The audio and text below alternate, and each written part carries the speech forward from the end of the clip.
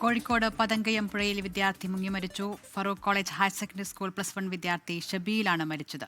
കോഴിക്കോട് നിന്ന് അജി കുഞ്ഞുമോൻ വിവരങ്ങളുമായി ചേരുകയാണ്. അജി, എന്താണ് സംഭവിച്ചത്?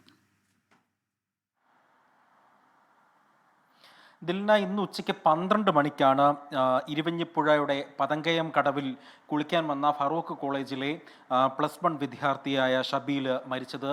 ഷബീലിനൊപ്പം ഉണ്ടായിരുന്ന സുഹൃത്തുക്കളും ഒരുമിച്ച് ഈ പുഴയിൽ കുളിക്കാൻ വേണ്ടി വന്നതായിരുന്നു. ഉച്ചയ്ക്ക് 12 മണിയോടുകൂടിയാണ് ഇവർ എത്തിയത്. ഈ സഹപാഠികളോടുകൂടി എത്തിയ ഷബീൽ ഈ പന്തയം കടവിൽ ഡ്രസ്സ് മാറ്റി ഉടനെ തന്നെ ഷബീൽ കരയിൽ നിൽക്കുകയായിരുന്നു. എന്നാൽ മറ്റുള്ളവർ പുഴയിലേക്ക് കുളിക്കാൻ ഇറങ്ങിക്കഴിഞ്ഞ് പിന്നീട് തിരികെ നോക്കുമ്പോൾ ഈ ഷബീലിനെ ഈ സംഭവ സ്ഥലത്ത് നിന്നും കാണുന്നില്ല എന്നുള്ള വിവരമാണ് ലഭിച്ചത്. തുടർന്ന് നടത്തിയ തെരച്ചിലാണ് ഷബീലിന്റെ മൃതദേഹം കിട്ടിയത്. ഉച്ചയ്ക്ക് 12 മണിയോടെയാണ് ഇത്തരത്തിൽ ദാരുണമായ ഇങ്ങനെയൊരു അപകടം സംഭവിച്ചത്. ഒരാൾക്ക് ജീവൻ നഷ്ടമാവുകയും ചെയ്തു. അജി കുഞ്ഞുമോൻ വിവരങ്ങൾ നൽകിയത്.